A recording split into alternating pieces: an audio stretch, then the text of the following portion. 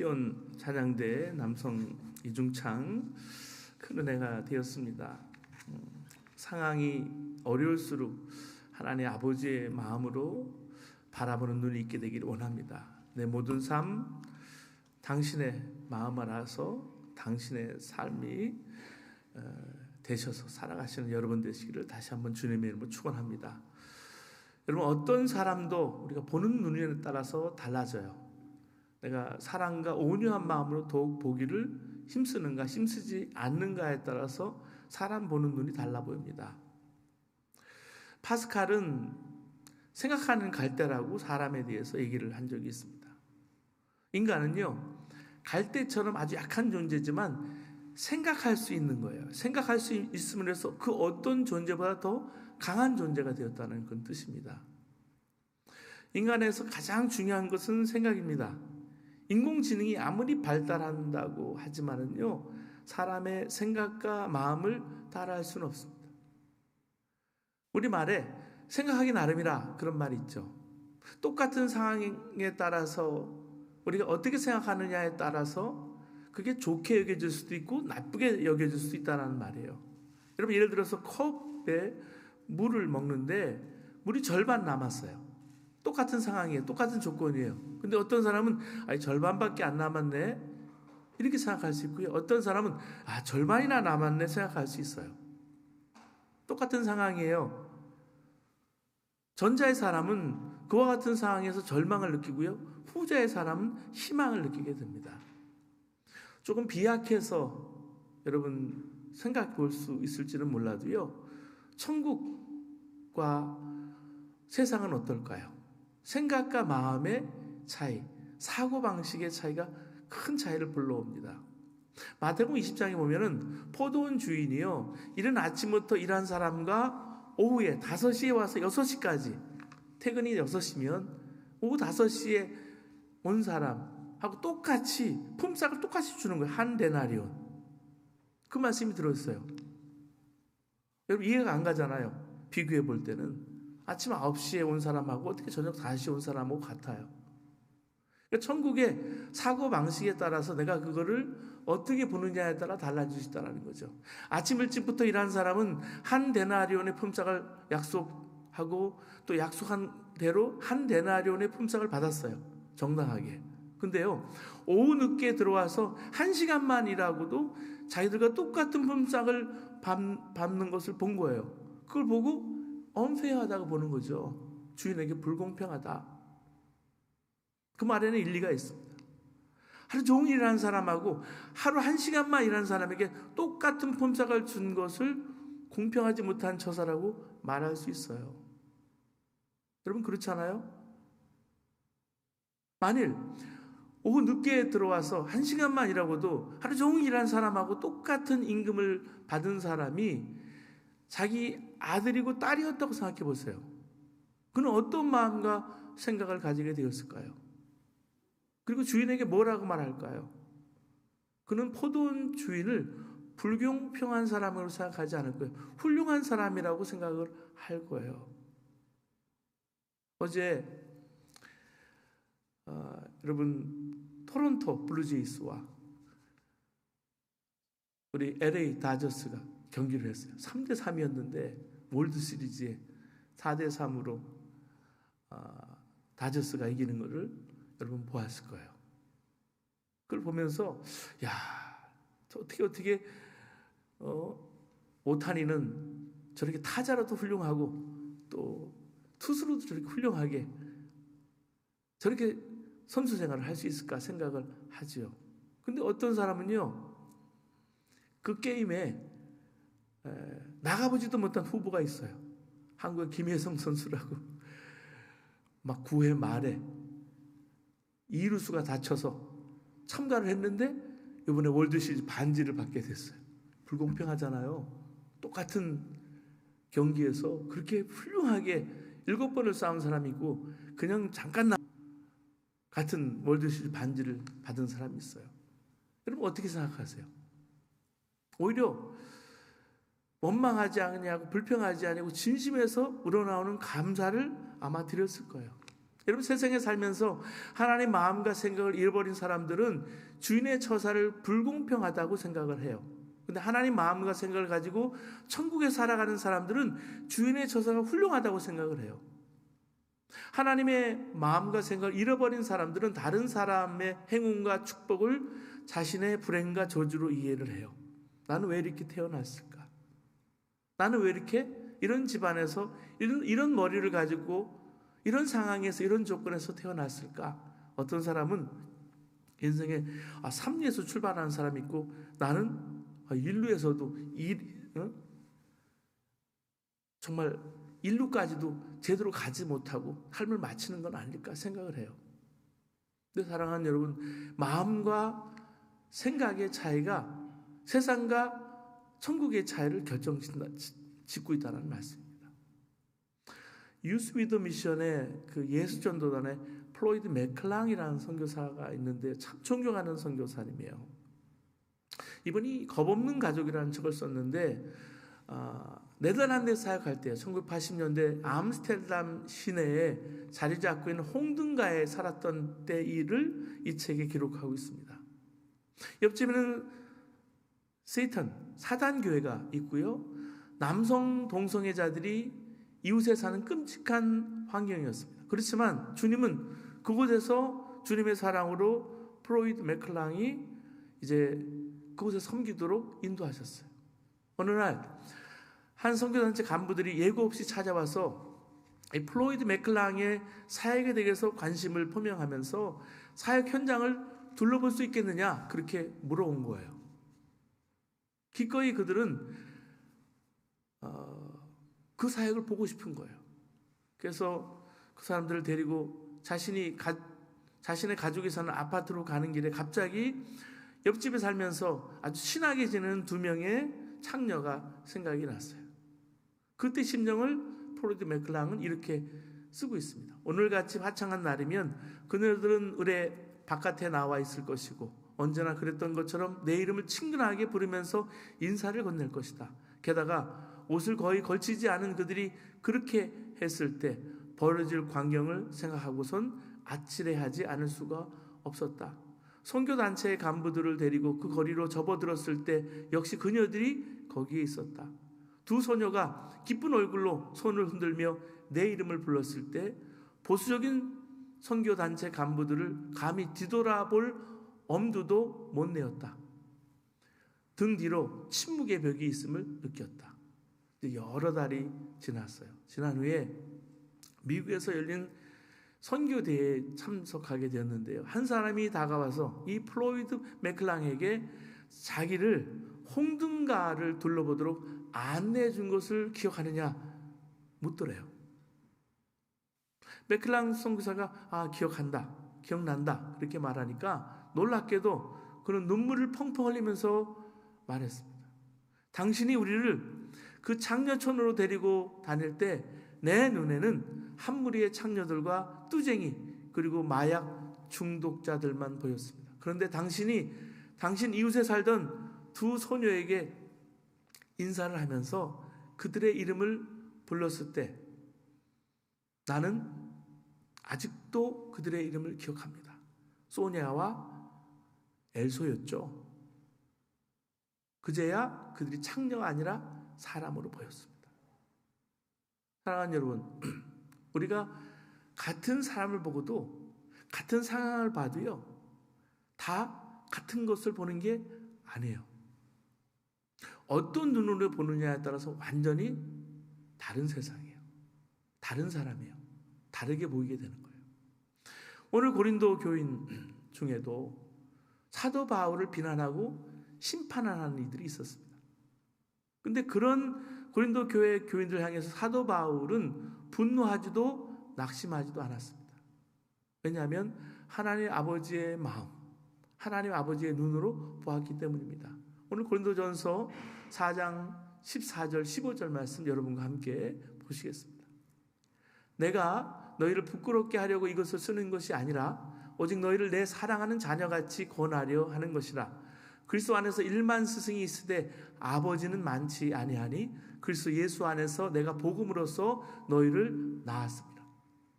실제로 고린도 교회 교인들은 사도 바울에 의해서 예수 그리스도의 복음을 들었습니다. 구원받았어요. 사도 바울에 의해서 고린도 교인들이 태어난 거에 마치 영적인 자녀들인 거죠. 고린도 교회 교인들이. 사도 바울이 자신을 고린도 교인들의 아버지라고 말하는 것은 자랑하려고 하거나 주장하려고 하는 그런 의도가 아니었어요. 어떤 일이 있어도 버릴 수 없고 포기할 수 없는 것임을 여기 고백하고 있는 것입니다. 여러분, 모세가요, 이스라엘 백성들이 하도 광야에서 출애굽한 이후에 원망과 불평을 일삼으니까 민수기 11장 12절에 하나님 앞에서 나가 이렇게 말합니다. 이 모든 백성을 내가 배었나이까? 내가 그들을 낳았나이까? 어찌 주께서 내게 양육하는 아버지가 젖 먹는 아이를 품듯 그들을 품에 품고 주께서 그들의 열조에게 맹세하신 땅으로 가라 하시나이까? 탄식해요. 그들의 원망과 불평을 듣고 보고 탄식해요. 실제로 모세는요, 금송아지를 만들었던 동족 이스라엘 백성을 용서해 달라고 하면서 차라리 뭐라고 말하냐면, 주께서 기록하신 책에서 내 이름을 지워 버려 주옵소서. 내 이름을 지우고서라도 하나님, 저 이스라엘 백성들, 약속하신 이스라엘 백성들을 기억해 달라고 기도하는 거예요. 이게 바로 모세의 마음인데요, 아버지의 마음이에요. 사도 바울도요, 동족인 유대인이 정말 구원받을 수 있다면 자신이 저주를 받아서 그리스도에게 끊어질지라도 내가 원하는 바로다 라고 말했습니다. 고린도 교회에 편지하는 사도 바울의 심정이 바로 이런 심정이었어요. 여러분, 사도 바울만이 아니에요. 주님이 우리 안에 계신, 그래서 내 안에 주님 모신 성전으로 살아가는 성전된 사람은 누구나 이런 마음이 생기는 거예요. 십자가에서 우리를 대신해 죽으신 예수 그리스도의 마음이 내 안에 있기 때문입니다. 예수님께서 타락한 삶을 살면서 이웃 사람들부터 따돌림을 받고 마음이 강팍해질 대로 강팍해진 사마리아 사람, 사마리아 여인을 12시 정오에 우물가에서 만나신 적이 있었죠. 그 여인을 만나신 예수님께서 외면하는 그 여인의 마음을 치유하시고 영원한 생명을 주셨습니다. 그것이 너무나 기쁘셨던 예수님은 제자들이 먹을 것을 드시라고 권했어요. 그런데도 먹지도 않고 배부르다고 하시는 거예요. 이때 예수님의 심정을 어떻게 이해할 수 있을까요? 주님은 그 여인을 잃어버린 딸로 보신 거예요. 배고파도 먹지 않아도 배가 부른 거예요. 주님께서 십자가에 달리셨을 때 예수님과 함께 십자가에 달린 제수 중에 한 사람이 있습니다.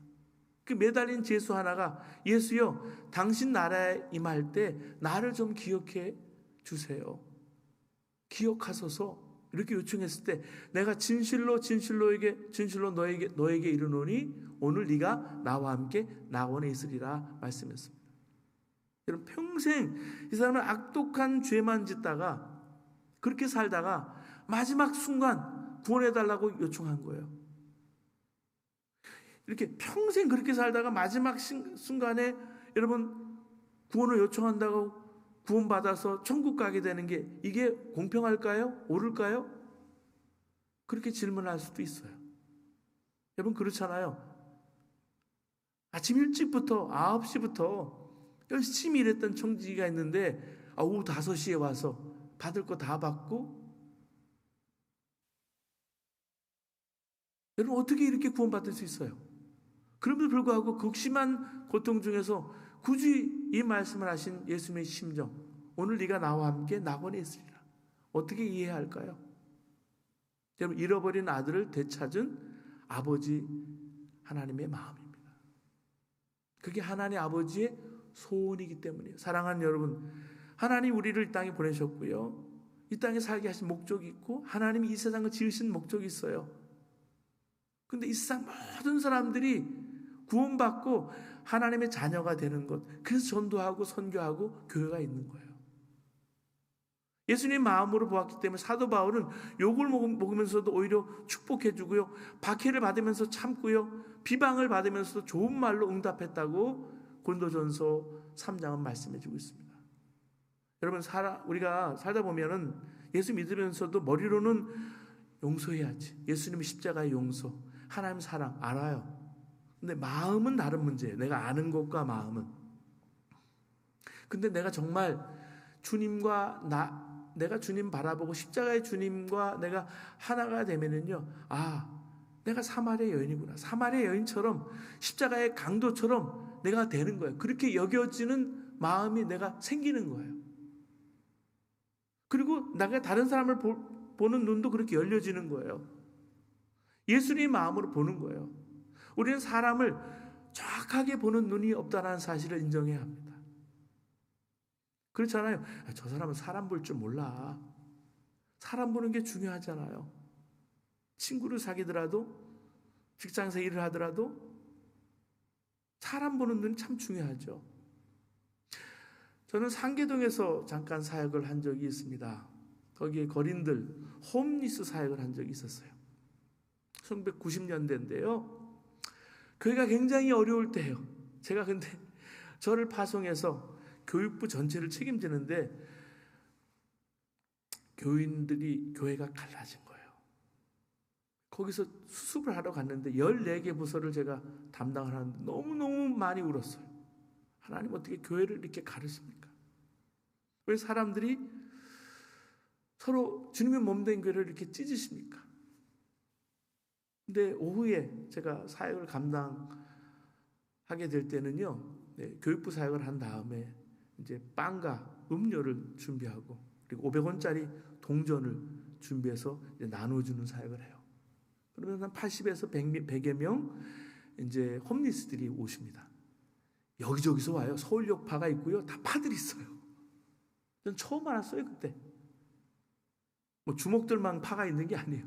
각 구역에서 사람들이 모이는데 여름이면 냄새가 진동을 해요. 겨울은 견딜만 합니다. 근데 제가 그들을 대하면서 냄새가 아니라 나중에 내가 느껴보니까 향기가 나는 거예요. 향기로 느끼게 해주셨어요. 그들을 대할 때 예수님의 마음으로 보게 하신 거예요. 한 번은 제가 강남 신사동을 이렇게 걸어가는데, 신사동 압구정 성당 쪽을 이렇게 지나가는데 그분 중에 한 분이 달려오는 거예요, 저한테. 처음엔 누군가 그랬어요. 그 옷이 너무나 남루하니까. 전도사님, 생일 축하해요? 저를 기억하고 있는 거예요. 저는 기억도 못하는. 내시빌의 그리스도 장로교회 스캇 솔즈 목사가 쓴 선밖의 예수라는 책이 있습니다. 어느 날 뉴욕 거리에서 아침 거리를 사달라는 노숙자 여인을 만난 이야기를 이 책에서 합니다. 베이글 가게 앞이었는데 이 여인은 베이글보다 계란 샐러드를 사달라고 하는 거예요. 목사님 겉으로는 그러지 웃었지만 속으로는 화가 나는 거예요. 구걸하는 주제에 뭘 요구하는 거야? 베이글과 계란 샐러드는 가격 차이도 컸습니다. 베이글은 그 당시에 57센트였는데 계란 샐러드는 6달러인 거예요. 돈이 없는 것은 아니었지만 구걸하면서 비싼 걸 요구하는 이 여인이 못마땅한 것이었습니다. 겉으로 내색하지 않고 원하는 계란 샐러드를 사서 주었더니 아주 미안해하면서 말했습니다. 비싼 걸 사달라고 해서 미안합니다. 제가 치아 염증이 생겨서 베이글같이 굳은 것을 씹지를 못합니다. 그래서 좀 부드러운 것을 먹어야 했습니다. 그녀의 말을 듣고 이 목사님이 너무너무 부끄러웠습니다. 만약 마음에 안 드는 내색이라도 했으면 어떻게 할 뻔했을까? 오싹한 거예요. 속으로라도 불쾌했다는 생각했던 게 너무나 부끄러운 거예요. 여러분, 이런 사역을 하다 보면 많이 느껴요. 제가 오클랜드에서 로인컴 패밀리들 위해서 푸드뱅크하고 시랑 연결해서 음식을 그날 받아서 그날 풀어주는 곳에서 사역을 처음 시작을 했는데 500~600명이 오는 거예요. 감당할 수가 없어서 이거를 몇 년 동안 집사람하고 저하고 아침 새벽부터 그 일을 했는데요. 처음에는 그들을 대하는 눈이 정말 로우인컴 그리고 노인들, 시니어들 그렇게 대하고 봤어요. 내가 주는 사람으로. 근데 그게 아니에요. 사랑하는 여러분, 이 땅을 살아가면서, 미국에 살면서 이런 터프한 곳에 이렇게 가난한 사람들이, 이렇게 다양한 사람들이 모여 있는데 먹을 것이 없는 거예요. 잘 사는 내가 부끄러워질 수 있는 거예요. 우리는 언제나 우리가 살 때 예수님의 눈으로 사람도 보고 세상을 보는 눈을 위해서 기도해야 합니다. 사도 바울은 고린도 교회에게 자기를 본받으라고 했습니다. 오늘 16절 말씀 보시면, 나는 여러분에게 권합니다. 여러분은 나를 본받는 자가 되라. 본받는 사람이 되십시오. 이렇게 말하는 거예요. 얼핏 들으면 교만한 사람 같잖아요. 나를 본받으라니. 근데 이것은 자신처럼 고린도 교인들을 보면서 항상 예수 그리스도를 생각하면서 예수님 바라보고 살아가는 이 사도 바울이 정말 나도 이렇게 사니까 예수님 닮아서 여러분도 이렇게 본받으라는 얘기예요. 사도 바울은 고린도 교회에 보낸 디모데를 예를 들어요. 디모데를 주님 안에 얻은 나의 사랑하는 신실한 아들이라고 말하는데 17절 말씀 보실까요? 이로 말미암아 내가 주 안에서 내 사랑하고 신실한 아들 디모데를 너희에게 보내었으니 그가 너희로 하여금 그리스도 예수 안에서 나의 행사고 내가 각 교회에서 가르치는 것을 생각나게 하리라. 다시 말하면 고린도 교회 교인들은 디모데를 보면서 사도 바울을 보는 것 같을 것이다. 그렇게 말하고 있는 거예요. 이게 그러니까 나를 본받는 사람이 되라는 거예요.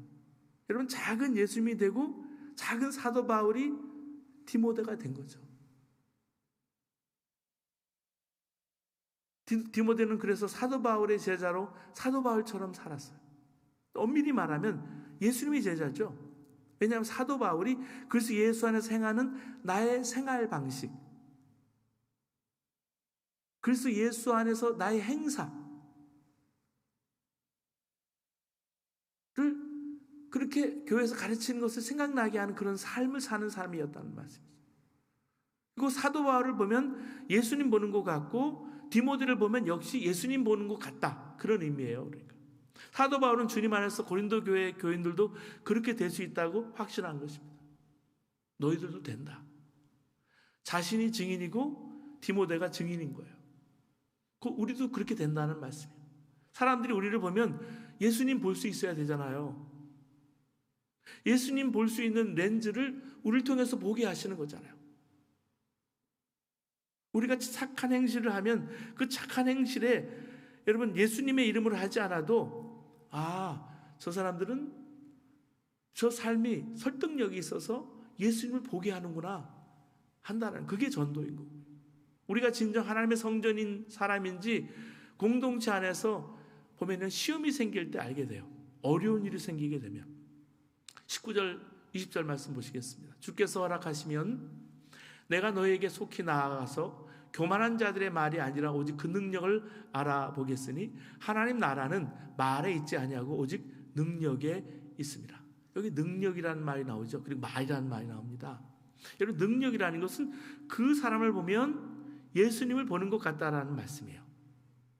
그 사람을 보면 바울을 보면 예수님 보는 것 같고 디모데를 보면 예수님 보는 것 같다는 말씀이에요. 사도 바울은 고린도 교회에 오면 교인들에게서 예수님을 볼 수 있겠느냐, 예수님을 볼 수 있겠느냐, 그걸 내가 보겠다라는 말씀입니다. 이게 가장 큰 능력이에요.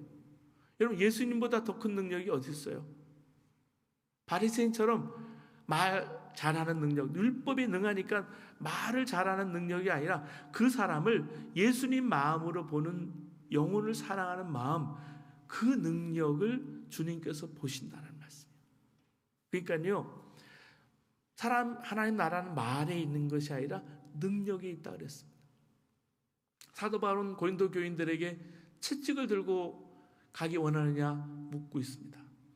오늘 21절 말씀 보실까요? 너희가 무엇을 원하느냐? 내가 매를 가지고 너에게 나아가랴? 사랑과 온유한 마음으로 나아가랴? 매를 든다, 채찍을 가진다. 너무 과격한 말 같죠? 근데 이 말은 사실은 채찍을 들고 가고 싶지 않다는 말씀이에요. 매를 가지고 나가고 싶지 않다는 말씀이에요. 하나님은요, 우리가 회개하기를 오래 기다리십니다. 사람들은 하나님이 채찍으로 벌을 주실 것이라는 사실을 믿지 않는 것 같아요. 근데 하나님께서는 한순간에 두 손 두 발 다 들고 살려주세요. 살려만 주시면 모든 죄 다 버리고 오직 예수님 말씀에만 순종하겠습니다 라고 회개시킬 수 있어요. 한순간에. 근데 그렇게 하기를 원하지 않으시기 때문에 자꾸 뭐라고 말씀해? 채찍을 들고 갈까? 내가 채찍을 들고 갈까? 매를 들고 갈까? 이렇게 말하는 거예요. 그리고 오래 기다리시는 거예요. 진구 목사님이 고등학생 때 한 수학 선생님 수업 시간은 특별히 떠들지 마, 소리치지 않는데도 너무 조용했다는 말을 하는 겁니다. 옆 사람하고 이야기라도 하면 아무 경고 없이 선생님이 가만히 있다가 그런 선생님들 있잖아요. 뒤로 돌아 분필을 던지는 거예요. 그래서 다들 쥐죽은 듯이 조용히 수업을 받았다는 거죠. 하나님도 이렇게 할 수 있죠, 그냥. 근데 채찍으로 징계하고 싶지 않은 거예요. 여러분 그렇잖아요. 어릴 때 육성회비나 뭐 못 냈다 그러면 그냥 이만한 출석판으로 그냥 때리잖아요. 여러분 하나님 마음에 일어나는 성령의 근심이 있는 거예요. 때리고 싶지만 때릴까? 근데 하나님의 은혜가 거기 있는 거예요. 사도 바울은요, 고린도 교인들에게 끝까지 사랑과 온유한 마음으로 대했습니다. 그게 예수님의 마음이기 때문에. 그래서 결국 고린도 교회가 바로 서게 된 것입니다. 사랑하는 여러분, 우리 주위 상황이 어려워질 때가 있습니다. 또 힘들어질 때가 여러분 있어요. 그럴 때 더욱 예수님의 마음으로 상황도 사람도 보아야 합니다. 예수님 마음으로 보려면 주님을 항상 생각하고 주님 바라보는 사람이어야 합니다. 주님을 바라보지 못하는 사람은 지금처럼 여러분 무기가 너무나 힘들어요. 세상은 편해졌는데 교회 오고 와서 예배드리고 항상 예수님 바라보기가 쉽지가 않아요. 야, 주일날 하루 내가 시간을 내서 주님 바라보기가 이렇게 힘든데 목사님 좀 바빠요. 일해야 돼요. 장사해야 돼요. 성공해야 돼요. 항상 하나님 바라볼 수가 없어요. 여러분 주님 바라보지 못하는 사람은 지금처럼 힘들고 어려울 때가 우리가 생기게 되면 영적으로 힘을 잃어버리는 것을 저는 많이 봤어요. 근데 내가 정말 주님 바라보면 어려운 형편이 오히려 내 심령에는 부흥의 시기가 될 수가 있습니다. 한 선교사님이 청년 대학부 시절에 중국 청해성에 단기 선교를 갔다 합니다. 단기 선교 가서 그렇게 많은 일을 할 수 있는 건 아니에요. 그 쇼텀에 하나님께서 보여주시는 것이 있고 체험케 하시는 것이 있기 때문에 그래요. 제가 남미에 청년들이나 학생들 데리고 가면 쉽지가 않아요. 그 짧은 시간에. 근데 하나님이 보여주시는 은혜가 거기 있기 때문에 롱텀으로도 또 중장기로도 헌신할 수가 있어요. 그리고 자기 삶으로도 헌신할 수 있는 동기부여가 되기 때문에 그렇게 하는 거예요. 근데 어느 마을에서 며칠을 보내게 되었는데 당시 예수 믿는 사람들이라고는 밝힐 수 없는 거예요. 중국에서는. 공개적으로 전도도 할 수 없는 거예요. 지금은 더 박해가 심해졌지만 그때도 주일이 됐는데 예배를 드려야 되는데 방법이 없었습니다. 그래서 마을 사람들이 일어나기 전에 이른 새벽에 한 집에 모였습니다. 침묵집에 아주 침묵 중에서 예배를 드리기로 했답니다. 찬송 시간이 된 거예요. 소리를 내지 않고 입모양으로만 찬송을 불렀습니다. 북한의 지하교회 사람들이 있으면 이렇게 찬양을 하는 거예요. 만입이 내게 있으면 그 입 다 가지고 내 구주 되신 은총을 늘 찬송하겠네.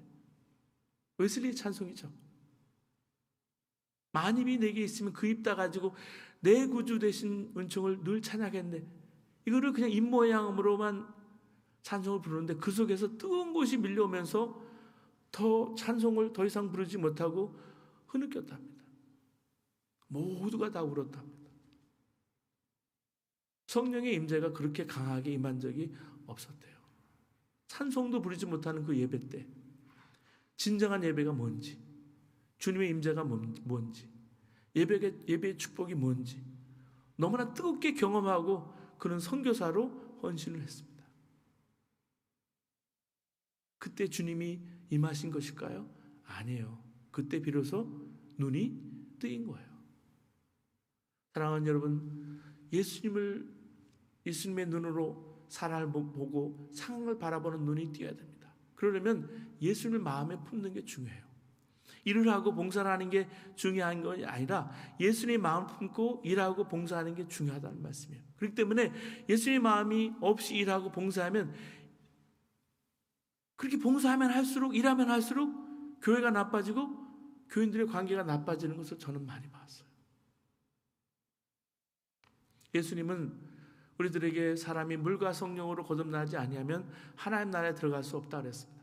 거듭나야 한다는 것은 뭐예요? 마음과 생각을 바꿔야 한다는 말씀이에요. 성령으로 거듭난 사람은 전과는 다른 마음과 생각을 가지게 되는 거예요. 그 마음과 생각은 예수 그리스도의 마음과 생각입니다. 말씀을 마치겠습니다. 사랑하는 여러분, 이 가을에 말씀과 만나는 것도 중요하지만 좋은 사람 만나는 것도 축복입니다. 좋은 사람 만나는 축복이 여러분 삶 가운데 있게 되기를 바랍니다. 근데 자신이 좋은 사람 되는 것은 더 큰 축복이에요. 여러분을 남편으로 만나는 아내가 복을 받고, 여러분을 아내로 만나는 남편이 복을 받을 수 있게 되기를 바랍니다. 여러분은 부모로 만나는 자녀들이 복을 받고, 여러분을 자녀로 만나는 부모가 복을 받을 수 있게 되기를 바랍니다. 여러분을 사장으로 만나는 직원들이 복을 받고, 여러분을 직원으로 만나는 사장이 복을 받을 수 있게 되기를 바랍니다. 언제나 예수님의 마음으로 모든 사람을 보고 사랑과 온유의 마음으로 살아가길 원합니다. 언제나 예수님의 마음, 온유한 마음으로 살아가는 저와 여러분을 주님의 이름으로